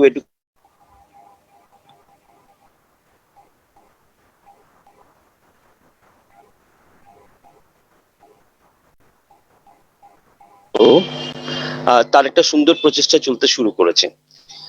অনেকেই আমার পূর্ববর্তী তিনজন সিনিয়র বক্তা ডিটেলে বলে গেছে। আমি জাস্ট দু একটা জিনিস একটুখানি বলি, যে আমরা যখন প্রথমে দেখছিলাম যে এটা মৌলিক অধিকার, আর আমাদের এখানে নিউ এডুকেশন পলিসি বা আমার ভাষায় নিউ এক্সক্লুশন পলিসি যেটা তৈরি হয়েছে, সেটাতে ওই মৌলিক অধিকারটাকে এনশিওর করা যাচ্ছে না। 21A কোনোভাবেই বিভিন্ন স্টেজে এটাকে আঘাত করা হয়েছে। 2009 যখন আমরা রাইট টু এডুকেশন অ্যাক্ট পেলাম, তখন আমরা খুব আনন্দিত ছিলাম কি এটা ধরেই হয়তো আগামী দিনগুলোনে আমরা ভারতবর্ষের এডুকেশনটাকে এই ফ্রেমে দেখতে পাবো। কিন্তু প্রায় 15 লক্ষ স্কুল, 1.5 মিলিয়ন স্কুল রয়েছে আমাদের। গত 10 বছরে দেখলাম মাত্র অ্যারাউন্ড 12% স্কুলে আমরা রাইট টু এডুকেশন অ্যাক্টে যা যা প্রভিশনের কথা বলা হয়েছে সেটাকে এনশিওর করা গেল, এবং প্রায় 88% স্কুলে করা গেল না। এটা নিয়ে কোনো আলোচনা নেই, কোনো কথা নেই, কোনো দাবি দাবা আমাদের দিক থেকেও যতটা পর্যন্ত যাওয়া উচিত ততটা পর্যন্ত বোধহয় আমরা যেতে পারিনি। তো নানা কিছু এইটাকে হঠাৎ করে ভুলিয়ে দেওয়ার জন্য নতুন এডুকেশন পলিসি এলো, এবং সেটাকে এমন ভাবে প্রচারের মাধ্যমে আনা হচ্ছে যে 34 বছর পর, 1986 সালের পর এই প্রথম প্রায় 34 বছর পর নিউ এডুকেশন পলিসি এসে, যদিও 1992 সালে ওটাকে নিয়ে আবার একটু নাড়াঘাটা করা হয়েছিল। অ্যান্ড ইন্টারেস্টিং, যারা ইয়াং জেনারেশন এখানে যারা উপস্থিত আছেন, যারা হয়তো আমাদের মতো 50-এর কাছাকাছি বয়স না বা 60-এর কাছাকাছি বয়স না, তাদের জন্য দু একটা জিনিস একটু বলি। যে এই যে কোঠারি কমিশন, যখন প্রথম কমিশন আমাদের ইন্ডিয়াতে এডুকেশন নিয়ে তৈরি হয়, তিনি যা যা বলেছিলেন তার বেশিরভাগটাই কিন্তু এখনো পর্যন্ত করা যায়নি। এবং অদ্ভুতভাবে যে কথাটা নিয়ে আমরা স্বাধীনতার পূর্ববর্তী কালেও যে কমিশনগুলো তৈরি হয়েছিল, গুন্টার কমিশন, ডাচ কমিশন, যেখানে বিখ্যাত বিখ্যাত লোকেরা ছিলেন, এবং ইংরেজরা বুঝতেন যে ভারতীয়দের মধ্যেই অনেককে, কিন্তু রাজা রামমোহন রায়, মাইকেল মধুসূদন দত্ত, সর্বপল্লী রাধাকৃষ্ণন, তাদেরকে বিভিন্ন সময় তারা বিভিন্ন এডুকেশন পলিসি বা এডুকেশন কমিশনের মধ্যে ইনভলভ করেছেন, এবং তাদেরকে নিয়ে নানা কিছু তাদের থেকে যে কিছু আইডিয়া বেরিয়েছিল সেগুলো তারা ইনকর্পোরেট করার চেষ্টা করেছিলেন, যে ভারতবর্ষের এডুকেশনটাকে কি করে এনশিওর করা যায় ভালোভাবে। তো স্বাধীনতার পর 6% যে কথাটা উঠলো, যে টোটাল আমাদের বাজেটটা 6% যে হবে, সেটা এখনো পর্যন্ত আমরা 4.4%-এ আনতে পেরেছি, তার বেশি নয়। তো একটু ব্যাকগ্রাউন্ডটাতে খুব ইন্টারেস্টিংলি, যে এবারে যেটা হলো, যে কোঠারি কমিশনের একটা জায়গা যেটাকে নিয়ে আমরা খুব নাড়াঘাটা করি, এবং যেটা রাইট টু এডুকেশন ফোরাম বা সেভ দ্য চিলড্রেন বলুক বা অন্যান্য সিভিল সোসাইটি অর্গানাইজেশন, যেটার উপর আমরা জোর দিই, যে কমন স্কুলিং সিস্টেম বা সমস্ত বাচ্চাকে একটা চশমাতে দেখা, একই রকম ভাবে দেখা, ডিসক্রিমিনেশন নানা কিছু, যেটা স্নিগ্ধাদিও বলছিলেন যে এই আলাদা করে জিনিসপত্র, আলাদা করে এটা, আলাদা করে ওটা, অ্যাটেনশনটা দিতে হবে, কিন্তু সবার সাথে মেলাতে হবে। আর এখানে আমি যদি একটু ব্যাকগ্রাউন্ডটা বলি, যে কি সিচুয়েশনটা নর্মালি ছিল, আমরা প্রায় 35-36% বাচ্চাকে, যেটা নিয়ে প্রবীরদাও বলছিলেন, স্নিগ্ধাদিও বলছিলেন এবং পার্থদাও বলছিলেন, যে প্রি স্কুলিং সিস্টেমটাকে যখন নিউ এই এডুকেশন পলিসিতে ইনভলভ করা হলো, আমরা খুব আনন্দিত ছিলাম যে যাক, আমাদের কথাটা শুনেছে, যে ওই 6 বছরের নিচের বাচ্চাদেরকে অ্যাড্রেস করা হয়েছে। কিন্তু সিনারিওটা এরকম ছিল কি, 35-36% বাচ্চাকে আমরা সেভ দ্য চিলড্রেন স্টাডি করে দেখেছি ভারতবর্ষে এই প্রি স্কুলের আওতায় আনা যাচ্ছিল না। সেটা ICDS এর খিচুড়ি স্কুল হলেও সেখানেও আনা যাচ্ছিল না। নানা কারণে 35-36% বাচ্চাকে আমরা অলরেডি প্রি স্কুল স্টেজ থেকে হারিয়েছিলাম। এই মুহূর্তে দাঁড়িয়ে আজকে যদি আমি ওয়েস্ট বেঙ্গলের সিচুয়েশন দেখি, তাহলে 180 দিন হয়ে গেছে, 100% বাচ্চা কিন্তু স্কুলের বাইরে। সেটা প্রি প্রাইমারি বলি, প্রাইমারি বলি, হায়ার সেকেন্ডারি বলি, সেকেন্ডারি বলি, সবটাই। এই পার্টটাতে পরে আসছি। সিচুয়েশনটা যেটা দাঁড়ালো, যে এখন 5+3+3+4, তো যখন একদিকে কোঠারি কমিশন বলে গেল কমন স্কুলিং সিস্টেম, এত ভাগাভাগি করলে কিন্তু বাচ্চারা কেটে কেটে বেরিয়ে যাবে। ওই প্রি স্কুল, অমুক স্কুল, সেটা আমরা বড়রা জানবো, বাচ্চারা যেন না জানে, ঠিক আছে? এবং ওখানে প্রাইভেটাইজেশন, ওখানে ছোট ছোট করে বিভিন্ন জায়গায় ব্যাঙের ছাতার মতন গড়ে উঠবে, তারাও স্কুল চালাবে, ঠিক আছে? এগুলো সব প্রভিশন নিউ এডুকেশন পলিসিতে করা হয়েছে। কিন্তু যে মূল জায়গাটা আমি বলতে চাইছি, যে এখানে ভাগাভাগিটাকে এমন ভাবে করা হচ্ছে যে খুব চোখে লাগবে, এবং সেখানে বারে বারে বারে বারে বাচ্চাদের একটা বড় অংশ যেন কেটে কেটে বাদ চলে যায়, তার ব্যবস্থা করা হয়েছে। এবং দেখবেন ক্লাস 8 একটা চ্যাপ্টার বাদ চলে যাবে, ক্লাস 5-এ একটা বড় পোর্শন বাদ চলে যাবে, ওই পরীক্ষার নামে বিভিন্ন রকম টেল করানো হবে বা নানা কিছু করানো হবে। প্লাস প্রি প্রাইমারি লেভেলে তো 35% বাচ্চাকে আমরা অলরেডি আনতে পারি না। আরেকটা জিনিস খুব সুন্দরভাবে ক্লাস 6-এ ঢোকানো হলো, যেটা নিয়ে ওরচি আমাকে আলাদা করে রিকোয়েস্ট করেছে বলার জন্য, যে ক্লাস 6 লেভেলে থেকে আমাদের ভোকেশনাল ট্রেনিং এর ব্যবস্থা করা হলো। এবং খুব ইন্টারেস্টিং ভাবে ভেবে দেখুন, আমার বাচ্চা ক্লাস 6-এ পড়ে, আমি খুব ভাবছিলাম যে খুব ইন্টারেস্টিং হবে জিনিসটা, লাইক ব্যাগ ছাড়া ওকে স্কুলে যেতে হবে ভোকেশনাল ট্রেনিং করতে। তো প্রথমত হচ্ছে নানা কিছু পদ্ধতিতে এডুকেশনের পলিসির মধ্যে এডুকেশনের কথাটা কম আছে, অন্যান্য কিছু কথাটা বেশি আছে। আর সেখানে ভোকেশনাল ট্রেনিং এর মতন একটা জিনিসকে রাখা হলো, আর মাধ্যমিক পরীক্ষাটাকে তুলে দেওয়া হলো, উচ্চ মাধ্যমিকে গিয়ে একদম সার্টিফিকেট পাবে। আরেকটা হচ্ছে কলেজ যারা পড়বে, যারা 1 বছর পড়বে তার একটা 1 বছরের সার্টিফিকেট, যারা 2 বছর পড়বে তাদের 2 বছরের সার্টিফিকেট। এনিয়াও ধাক্কা ধাক্কা ধাক্কা ধাক্কা তুমি যারা হায়ার এডুকেশন বা এডুকেটেড তুমি না হতে পারো, তার ব্যবস্থাটা করে দেওয়া হয়েছে। আরেকটা কি চাপটা বাড়ছে সরকারের ওপর বা বিভিন্ন ভাবে, যে একটা বড় অংশ ইয়াং ছেলেমেয়েরা যারা বেকার, তাহলে তাদের ক্লাস 6 থেকে যদি কার্পেন্টারি শেখানো হয়, ক্লাস 6 থেকে যদি প্লাম্বিং শেখানো হয়, তাহলে আমার ছেলেটা এরকম হতে পারে কি তার পড়াশোনাতে খুব একটা ইচ্ছা করছে না, এবং তার বন্ধু বান্ধব বা ওই যে টিচারদেরকে যাদেরকে দেওয়া হবে বা যাদেরকে ভোকেশনাল ট্রেনার রাখা হবে, তারা ওকে খুব সুন্দরভাবে বোঝাবে যে তুমি ক্লাস 6, 7, 8, 9 এইটার মধ্যে থেকেই তুমি তোমার অকুপেশন বা চাইল্ড লেবারে বা এই জায়গা থেকে আস্তে আস্তে কাজ করতে শুরু করে দাও, যাতে করে ইনডিরেক্টলি একটা কোথাও প্রভোগ করা হবে তাকে পড়াশোনার দিকে না এগিয়ে তুমি কাজের দিকে এগো, কারণ তুমি এখন তৈরি মার্কেটের জন্য। কর্পোরেটদের খুশি করা হলো, এবং পাশাপাশি একটা বড় সংখ্যক বাচ্চাকে এডুকেশন থেকে তুলে নিয়ে মার্কেটে দেওয়া হবে। দুটো তিনটে জিনিস, একটা হচ্ছে 5-6 হাজার 8 হাজার টাকার জন্য এই বাচ্চাগুলো একটু বড় হয়ে 17-18 বছরে ছুটে বেড়াবে, তাহলে তারা দাবি দাবা তাদের ওই জায়গাটাতে প্রশ্ন করার জায়গা থেকে তারা চলে গেল, কারণ তারা তখন ওই 6 হাজার 8 হাজার টাকা, কারণ তারা কার্পেন্টারি শিখে গেছে, প্লাম্বিং শিখে গেছে, লেদ মেশিনে শিখে গেছে, তখন ওইটাকে তারা চালাবে।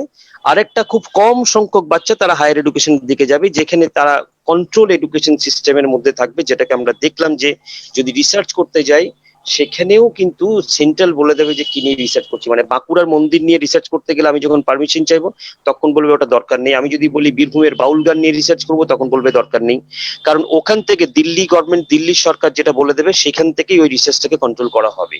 তো আলটিমেটলি যেটা দাঁড়াচ্ছে, টোটাল একটা কন্ট্রোল, একটা বিহেভিয়ার এখানে দেখতে পাচ্ছি আমরা। আরেকটা হচ্ছে এটা নিউ এক্সক্লুশন পলিসি হয়েছে, বিভিন্ন স্টেজে বাচ্চাদেরকে কি করে, আমাদের স্টুডেন্টদেরকে কি করে বিভিন্ন ভাবে বাদ দেওয়া যায় এডুকেশনের আঙিনা থেকে, তাদেরকে সরাতে পারি, তার একটা খুব সুন্দর ব্যবস্থা এখানে করা হয়েছে। তো এইটাই মূলত মূল জায়গাটা, যেটা খুব ইন্টারেস্টিং। এবং এখানে ইন্ডিয়ান ইউথ ফেডারেশনের একটা বড় রোল, যে আমাদের ঠিক জায়গাটাতে ধরা এবং এখানে সেই দাবি দাবাগুলোকে রেজ করা এবং সেটা জাতীয় স্তরে নিয়ে যাওয়া, যাতে করে আমরা বলতে পারি যে হ্যাঁ, এটা education.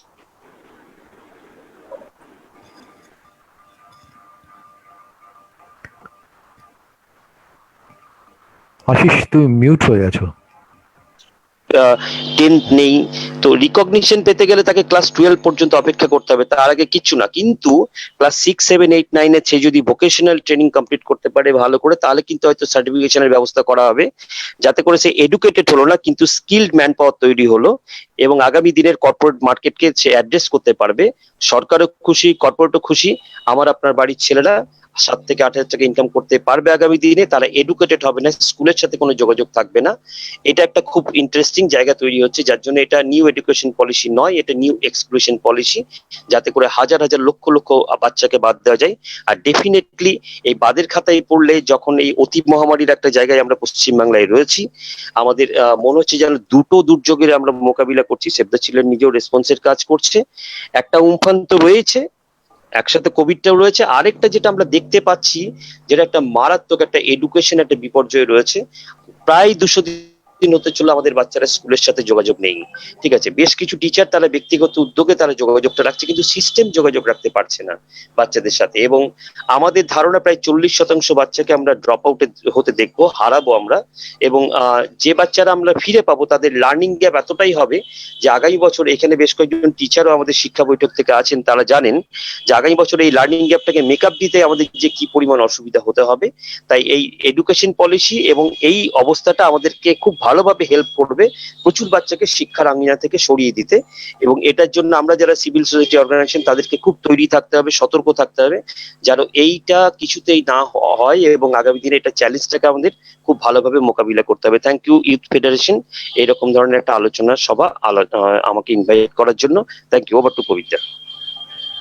Thank you, thanks Ashish, ঠিকই বলেছ। নিউ এক্সক্লুশন পলিসি, কোনো সন্দেহ নেই। আর তার সঙ্গে সঙ্গে আমরা এই আশঙ্কা যেটা প্রকাশ করেছো যে 40% বাচ্চাদের হয়তো আমরা ফিরে পাবো না স্কুলে, এই আশঙ্কার কোনো রকম মানে অবাস্তবতা নেই, এটা বাস্তব, আমরা বুঝতেই পারছি।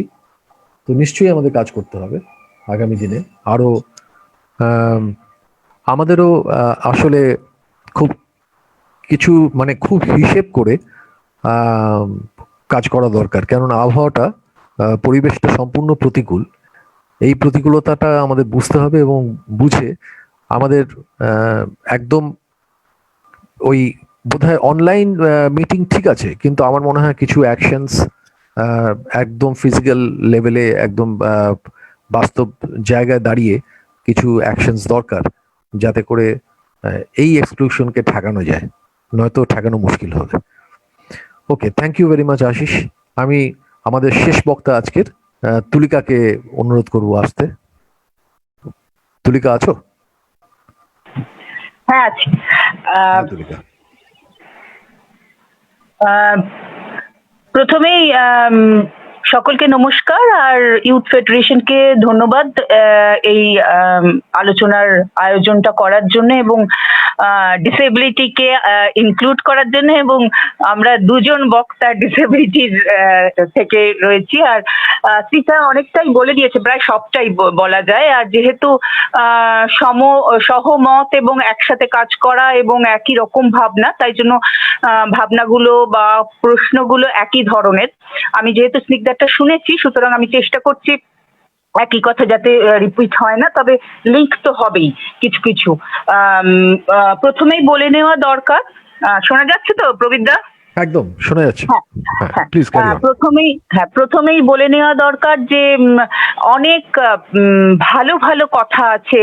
মানে আজকে এই 2020-তে দাঁড়িয়ে হিউম্যান রাইটস এর যুগে যে কথাগুলো আমরা যারা রাইট বেসড মুভমেন্টে বিশ্বাসী, যারা মানুষের অধিকারে বিশ্বাসী, সম অধিকার, সমান ডিগনিটির সঙ্গে সকলে বাঁচবে, আমাদের মতো কথাগুলো যেগুলো আমাদের ভাবনার মধ্যে থাকে, সেই রকম ইউথ ফেডারেশনে আজকে যারা রয়েছে তারাও যে কথাগুলো বুঝছো এবং যে কথাগুলোর জন্য যে পরিস্থিতির জন্য নিজেদেরকে তৈরি করছো লড়াইয়ের জন্য এবং নিজেদের অধিকার প্রতিষ্ঠার জন্য, সেই ভাষাগুলো কিন্তু প্রায় সব রয়েছে এই ডকুমেন্টের মধ্যে। খুব আমি বলবো যে সেই অর্থে ল্যাঙ্গুয়েজ ওয়াইজ খুব একটা ওয়েল ডকুমেন্টেড। হ্যাঁ, প্রথম থেকেই একদম কি প্রিন্সিপাল থেকে সমস্ত ভালো ভালো ওয়ার্ড গুলো রয়েছে এবং ওইখান থেকেই অনেক আশা ভরসা স্বপ্ন একটা তৈরি হয়ে যায়, যেটা বহুদিনের চাওয়া। ডিসেবিলিটি সেক্টর থেকে যেটা বলা যায় যে বহুদিনের আমাদের চাওয়া যে সমস্ত কিছু পলিসির মধ্যে, সমস্ত কিছু ডকুমেন্টের মধ্যে ডিসেবিলিটি কথাটা আসবে। People with disabilities, children with disabilities. আমি এখানে বলে নিই যে আমি উইথ ডিসেবিলিটি কথাটাই ব্যবহার করছি, কারণ সেটা ল অফ দ্য ল্যান্ড, আমাদের যে নতুন আইন, সেখানে কিন্তু এই কথাটাই, এবং ইউএনসিআরপিটি সেখানেও কিন্তু পার্সনস উইথ ডিসেবিলিটিটাই ব্যবহার হয়েছে। সেজন্য আমি একেবারে politically correct, act wise correct ভাষাটাই ব্যবহার করছি। আর যে কথাটা স্নিগ্ধা বলেছে, যে আমার যেমন এই ডকুমেন্টটা পড়ে প্রথম যে কথাটা মনে হয়েছে যে যতই হিউম্যান রাইটস এর কথা বলা হোক, যতই সম অধিকার সমান সম্মানের কথা এই ডকুমেন্টটাই বলা হোক, এই যেটা ও বলেছে যে এই যে ডকুমেন্টটায় বারংবার বিভিন্ন ভাবে বিভিন্ন টার্ম ইউজ করা হয়েছে একটা গোষ্ঠীর জন্য, সেইখানেই আমার মনে হয় কোথাও একটা বেশ ভয়ঙ্কর একটা অসম্মান বা একটা নেগলিজেন্স যুক্ত রয়েছে। একটা গোষ্ঠীকে বারংবার বিভিন্ন ভাষায় বিভিন্ন ভাবে ব্যক্ত করা মানেই তাদের আইডেন্টিটি, তাদের এক্সিস্টেন্স এখনো নড়বড় করছে এই ডকুমেন্টে। Why not persons with disabilities, বারবার বিভিন্নভাবে বিভিন্ন জায়গায় বিভিন্নভাবে সেটাকে কখনো দিব্যাং, কখনো চিলড্রেন উইথ স্পেশাল নিডস। কেন এই আমার আপত্তি হচ্ছে যে যারা যে সমস্ত নমস্য মানুষরা, প্রণম্য মানুষরা, যারা শ্রদ্ধেয় মানুষরা, যারা এই ডকুমেন্ট তৈরি করেছেন, তারা কি সব বিভিন্ন ভাবে টুকরো টুকরো ভাবে লিখেছেন? লিখে উইদাউট এনি এডিট, আমরা একটা ছোট এক পাতাও যদি 4 জনে 4টে প্যারাগ্রাফ লিখি, যখন আমরা এডিট করি তখন একটা ভাষা ফলো করার জন্য আমরা নিজেদের মধ্যে ঠিক করে নিই। হ্যাঁ, তো এখানে এত বড় একটা দেশের একটা পলিসি তৈরি হলো, এডুকেশন পলিসি, যেটা ওয়ান অফ দ্য মানে most important issue in the life of Indian citizens. সেখানে এইরকম ভাবে ভাষাটাকে মানে এরকম ছেলেখেলা করা হয়েছে কেন? তাহলে সেখান থেকেই কিন্তু আমাদের ভরসাটা নড়ে যায় যে এখানেই গন্ডগোলটা রয়েছে। একটা গ্রুপের মধ্যে ফেলা হয়েছে সোশিও ইকোনমিক্যালি ডিসঅ্যাডভান্টেজ গ্রুপ। সেই গ্রুপের মধ্যে ফেলা হয়েছে এবং সেখানে বলা হয়েছে যে প্রত্যেকটা এই গ্রুপের মধ্যে যারা যারা আছে, যে গোষ্ঠীর কথা বলা হচ্ছে, যে ধরনের মানুষের কথা বলা হচ্ছে, সোশিও ইকোনমিক্যালি যারা ডিসঅ্যাডভান্টেজ, তাদের জন্য সেপারেট একটা প্রত্যেকটা ধরনের জন্য সেপারেট স্ট্র্যাটেজি তৈরি করা হবে। কিন্তু সেটা নিয়ে খুব একটা খোলসা করে কিছু বলা হয়নি, ভীষণ ভেগ। আই মাস্ট সে যে অন্তত ডিসেবিলিটির ক্ষেত্রে খুব ভেগ স্বপ্ন দেখানো হয়েছে, যেগুলোর নড়বড়ে, মানে ভিতগুলো খুব নড়বড়ে।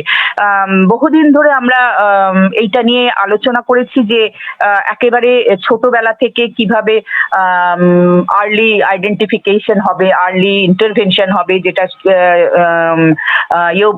স্নিগ্ধাও বলেছে যে সেটার সঙ্গে কোথাও কিন্তু অঙ্গনবাড়ি সেন্টার বা বালবাটিকা বা প্রি স্কুলের যে 3 to 6 years কে যে বলা হচ্ছে, সেখানে কিন্তু কোনোভাবে ওইটা লিঙ্ক হলো না। হ্যাঁ, না লিঙ্ক হলো আমাদের ডিসেবিলিটি সেক্টরের কোনো এক্সপার্টিজকে কিভাবে ব্যবহার করা হবে এইখানে, সেটারও কোনো নেই। অন্যান্য অনেক কিছু ডিপার্টমেন্টের কথা রয়েছে, এনসিইআরটি রয়েছে, ইত্যাদি ইত্যাদি, কিন্তু কোনোভাবেই ডিসেবিলিটি সেক্টরের যে এতদিনের যে চর্চা, এতদিনের যে এক্সপার্টিজ, সেটাকে কিন্তু কোনোভাবেই এই which is very important, early identification and intervention, এটাতে কিন্তু কোনোভাবেই লিঙ্ক অন্তত এই পলিসিতে করা হলো না। যখনই আমরা কোনো প্রশ্ন তুলছি ইদানিংকালে, এই পলিসিটা হবার পর যারা পলিসির পক্ষে তারা বলছেন পলিসিতে এত কথা লেখা থাকে না। যখন নাকি রুল হবে, যখন এটা ইমপ্লিমেন্টেশনের জন্য গাইডলাইন্স তৈরি হবে, তখন নাকি আরো ডিটেল হবে। কিন্তু সেই ভরসাটা কোথা থেকে হবে আমরা বুঝতে পারছি না, যেখানে কোনো উচ্চ বাচ্চাই হলো না যে আর্লি আইডেন্টিফিকেশন বা ইন্টারভেনশনটা কিভাবে হবে। এটা ছাড়া কিন্তু 3 to 6 years এর মধ্যে আমরা ডিসেবল বাচ্চাদের ইনক্লুড করার যে ব্যাপারটা, সেটা প্রায় স্বপ্নই থেকে যাবে।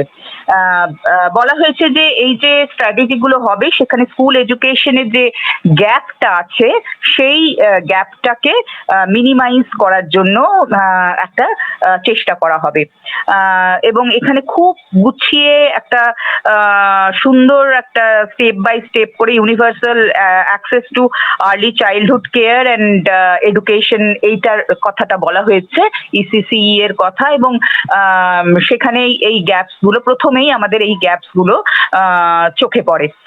যদিও প্রত্যেকটা স্টেপ যা আছে সেইগুলো যদি ঠিকঠাক মতো হয়, তাহলে হয়তো আমাদের অনেক বাচ্চা, অন্যান্য বাচ্চারা যেমন উপকৃত হবে, সেরকম ভাবে আমাদের ডিসেবল বাচ্চারাও উপকৃত হবে বলে আমরা সেই স্বপ্নটা দেখা, যেটা আমি বলছি আশা ভরসার কথা, সেটা রয়েছে এখানে। হ্যাঁ, কিন্তু ওই কোথাও যেন একটা ফাঁক রয়ে গেছে এবং কোথাও ডিসেবল বা স্টুডেন্টস উইথ ডিসেবিলিটিদের যেগুলো প্রয়োজন, ISL এর কথা বলেছে স্নিগ্ধা, ব্রেল রিডিং লার্নিং, এইটা কোথা থেকে হবে, এই ব্যাপারগুলো কিন্তু একেবারেই কোথাও লিঙ্ক নেই।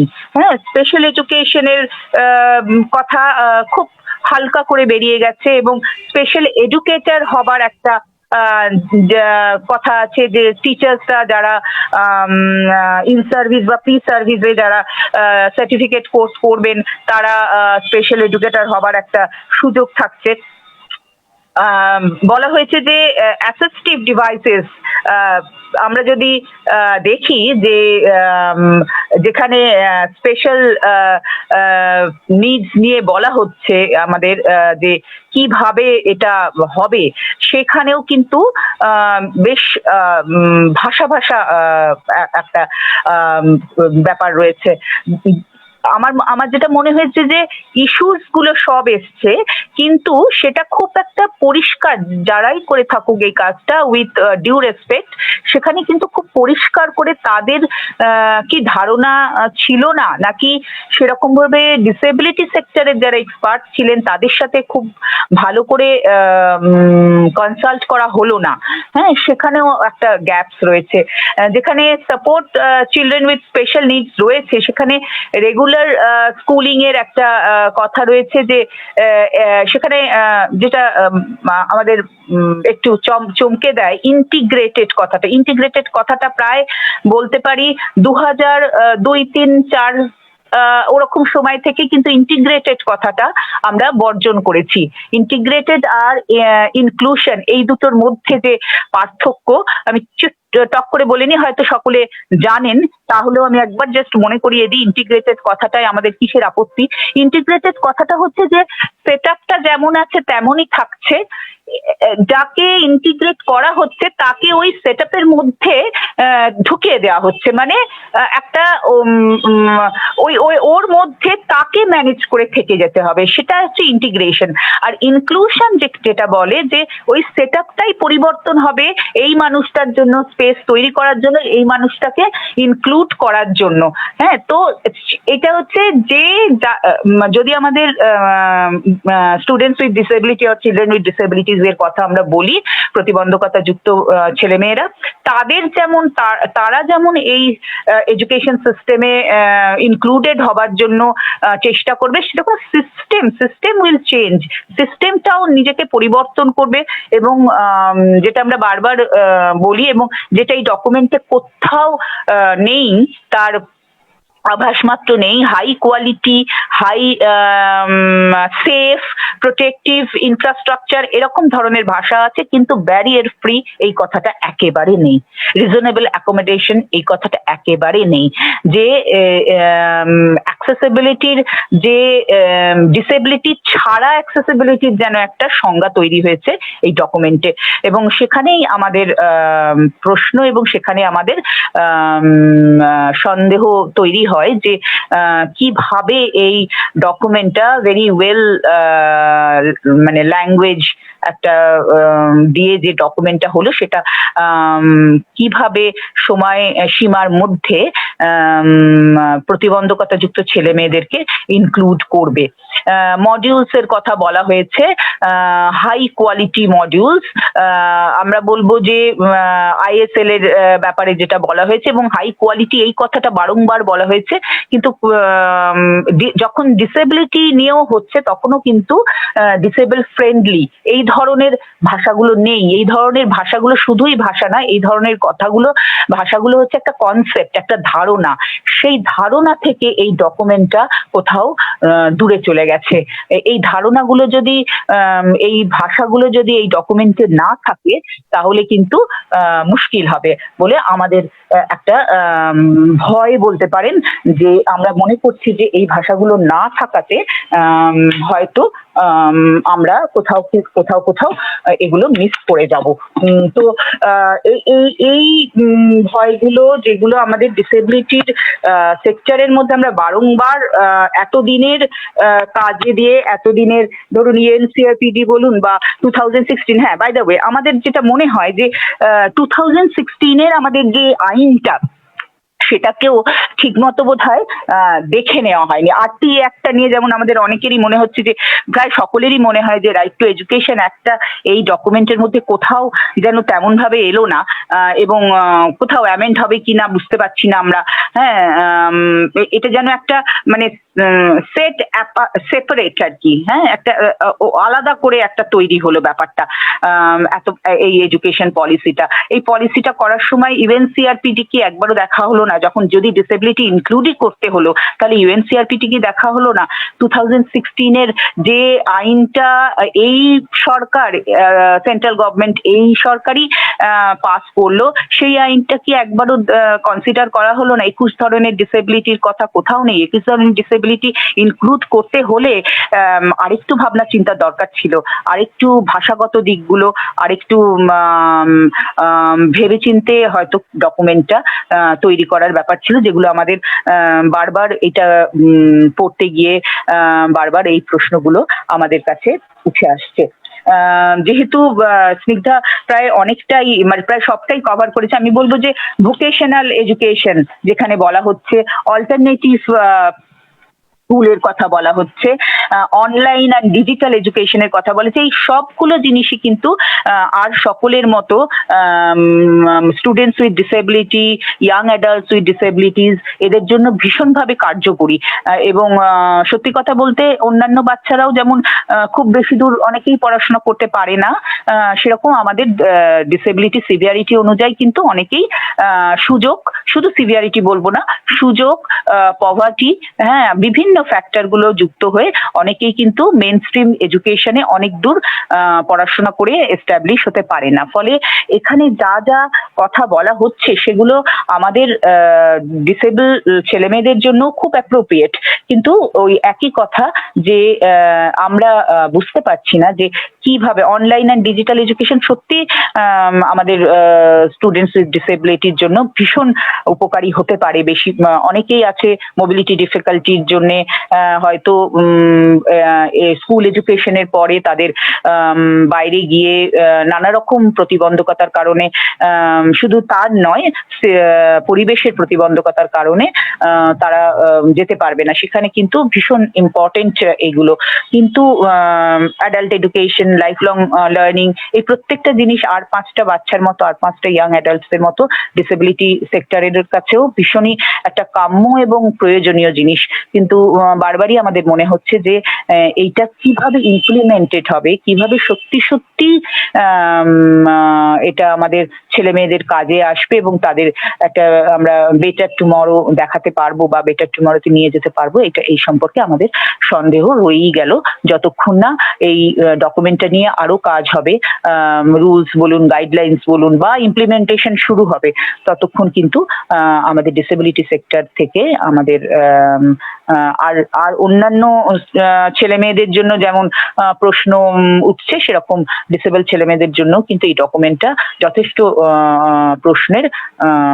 প্রশ্ন তুলে দিয়েছে। তো দেখা যাক কি রকম ভাবে কি পরিবর্তন হয় বা কিভাবে ইমপ্লিমেন্টেড হয় এটা। কিন্তু খুব খুশি নই আমরা এই পলিসি নিয়ে, এটা একেবারে পরিষ্কার করেই বলা যায়। আরেকটু প্রাঞ্জল হওয়া দরকার ছিল, আরেকটু ডিসেবিলিটি ফ্রেন্ডলি হওয়া দরকার ছিল এই ডকুমেন্টের।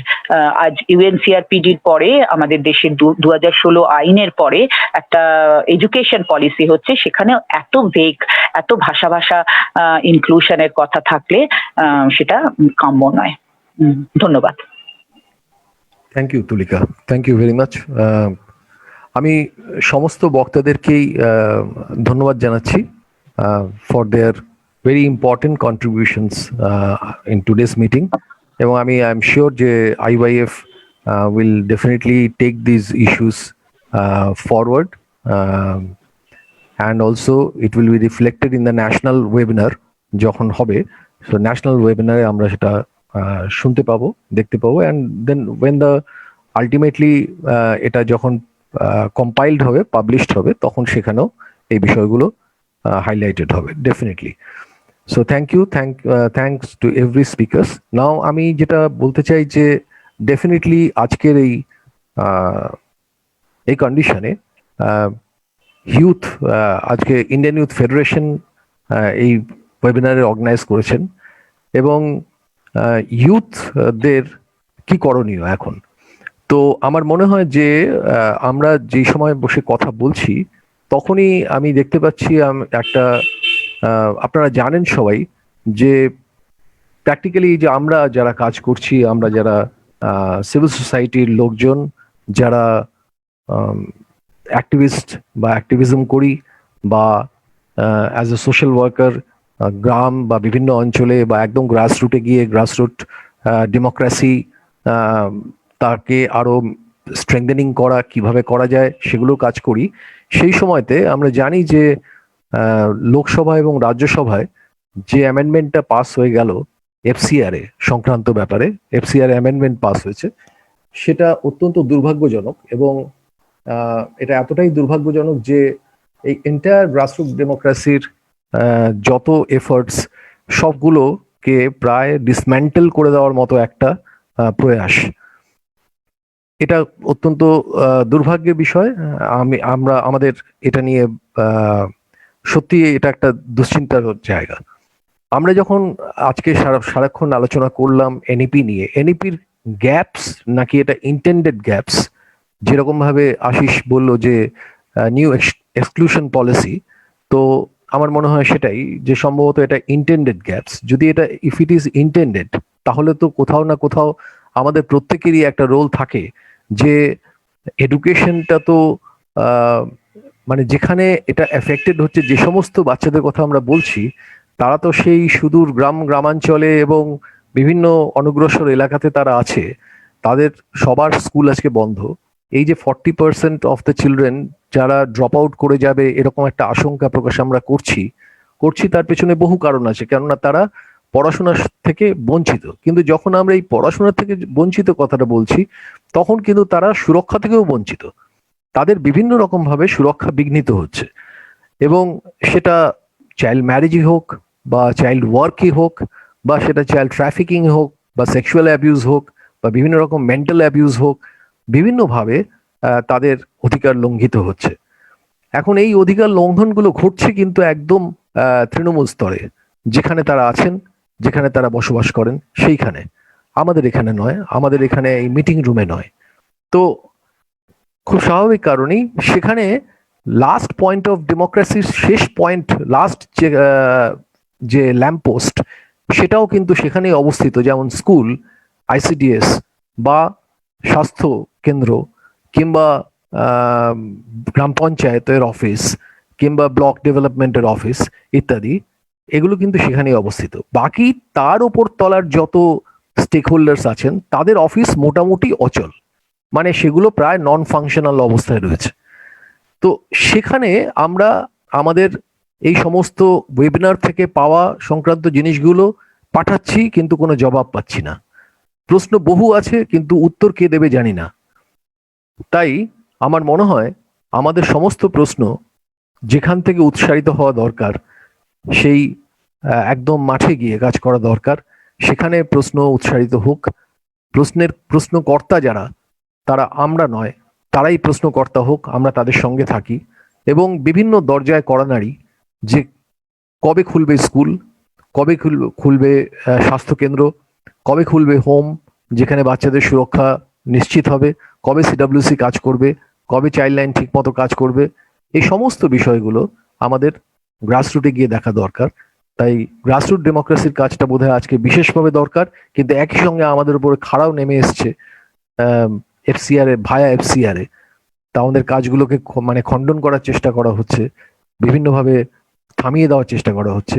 থামলে চলবে না বন্ধু, এটাই সময়। তো এই সময়তে আমার যেটা মনে হয় যে ইন্ডিয়ান ইউথ ফেডারেশনের এই মঞ্চে আমি এটা বলতে চাই যে এই যে গুরুদায়িত্বগুলো আছে, গ্রাসরুট ডেমোক্রেসিকে স্ট্রেংথেন করার কাজটা গ্রাসরুটে যে সমস্ত ইউথরা রয়েছে তাদের সংগঠিত করা দরকার। তারা আজকে বিভিন্নভাবে বিপন্ন, তারা নিজেরাই হয়তো ট্রাফিকড হচ্ছে, তারা অনেকভাবে হয়তো বিভিন্নভাবে তারা তাদের অধিকার লঙ্ঘিত হচ্ছে। এই 15 থেকে 24 বছর বয়সের ছেলে বা মেয়ে বিভিন্নভাবে তারা আক্রান্ত। তো তাদেরকে কিভাবে সংগঠিত করা যায় এবং সেখানেই একটা সেলফ ডিফেন্স মেকানিজম তৈরি করা যায় কিনা, and they will become the proponent of their rights, এইভাবে একটা রাইটস ডিফেন্ডার গ্রুপ তৈরি করা যায় কিনা, যার সঙ্গে আমরা Indian youth federation, campaign against child labour এবং RT forum, right to education forum, আমরা সবাই মিলে স্টেটে এই ধরনের একটা সংগঠিত কাজ করতে পারি কিনা, যেখানে আমরা গ্রাসরুট ডেমোক্রেসি স্ট্রেংথেনিং এর কাজটা ভাবতে পারি। আমার মনে হয় টু লুক ফরওয়ার্ড, এটা সবাইকে আমি ভাববার অনুরোধ করব। এই সঙ্গে আমি আমার বক্তব্য শেষ করছি। আমি ওসিকে দায়িত্ব দিচ্ছি যে ও শেষ করুক আজকের মিটিংটা। Thank you so much. আমি আমার তরফ থেকে আর পুরো ইন্ডিয়ান ইউথ ফেডারেশন মেম্বারদের সবার তরফ থেকে সবাইকে খুবই মানে ধন্যবাদ দিতে চাই যে আজকে এইখানে এই ওয়েবিনার প্ল্যাটফর্মে আসার জন্য, আর আমাদেরকে এত রকম এটা ডাইমেনশন গুলো দেওয়ার জন্য। যে নিউ এডুকেশন পলিসি মানে আমরা যেটা দেখেছি বা পড়েছি সেটা খুবই মানে হচ্ছে একটা ওপরে, কিন্তু আজকে যে ডাইমেনশনটা পেলাম মানে সেটা হচ্ছে যে সবকটার একটা যে ইন্টারনাল যে মিনিংস গুলো আছে বা ইন্টারনাল যে এই পলিসিটার যে হচ্ছে ইন বিটুইন লাইনস যেগুলো আছে সেগুলো আমাদের জানাটা খুব দরকার। যে নইলে বোধহয় একসাথে মানে কি করব, অ্যাকশনসটা কি হবে সেটা আমাদের বুঝতে খুবই অসুবিধা হতো। তো থ্যাংক ইউ আজকে এই জিনিসটা করার জন্য। তো আমাদের তো এটা সবে শুরু অ্যাকশনসে। এবার এখান থেকে যে যেরকম কথা হচ্ছিল যে এখন যে পরিস্থিতি হচ্ছে বা যে দিন আসছে আর কি, সেটাতে ইন্ডিভিজুয়াল লেভেলে কোনো অ্যাকশনস খুব একটা ইম্পর্টেন্ট জায়গা নেবে না হয়তো। সেই জন্য আই থিঙ্ক মানে যে আমার এন্টায়ার ফেডারেশনও এটাই ফিল করে যে একটা ফেডারেটিভ অ্যাকশনে গ্রাসরুট লেভেলে নেমে অনেক কিছু করার দরকার আছে। তো তার জন্য অনেক যে এরকম গ্রুপস আছে তারা যদি একসাথে নানান অ্যাসপেক্টে আমরা একসাথে কন্ট্রিবিউট করি, কাজ করি, তাহলে বোধহয় আমরা একসাথে অনেক রকমের চেঞ্জেস দেখতে পাবো। তো সেটার জন্যই মানে থ্যাংক ইউ ভেরি মাচ যে এই পয়েন্টস গুলো মানে আমাদের কাছে এসছে, আমরা এগুলো সবকটাই নোট ডাউন করেছি। অ্যান্ড আমি এটা অ্যাসুরেন্স করছি যে আমাদের তরফ থেকে আমরা এটা পুরোপুরি ন্যাশনাল লেভেলে যে ওয়েবিনার হবে, যেখানে সব স্টেট থেকেই এরকম নানান রকম পয়েন্টস উঠে আসবে, সেই পয়েন্টস গুলোকে আমরা সবাই একসাথে ন্যাশনাল লেভেলে ডিসকাস করব। অ্যান্ড তারপরে আমরা সেখান থেকে একটা ওয়ে ফরওয়ার্ড প্ল্যান করব। সেটা আমি ডেফিনেটলি আমার যারা সিনিয়র্স আজকে আছে এখানে মিটিং এ এসছেন আপনারা সবার সাথে আমি শেয়ার করব, যাতে আমরা কংক্রিট একটা state action plan, national action plan derive করতে পারি, যেখানে ইন্ডিয়ান ইউথ ফেডারেশনের মেম্বাররা না কেবল ওয়েবিনার কিন্তু হচ্ছে গ্রাসরুট লেভেলে নেমে আমরা কিছু চেঞ্জেস এনশিওর করব। So thank you so much, আমার এইটুকুই বলার আছে। থ্যাংক ইউ ভেরি মাচ আজকে টাইম বের করে আসার জন্য। And thank you others also যারা এখানে জয়েন করে এই ব্যাপারটা মানে যে সবাইকে সার্কুলেট করব উইথ রিপোর্ট। আর আমাদের এটা মানে যে ফেসবুকেও লাইভ হয়েছে। So yes, so thank you everybody.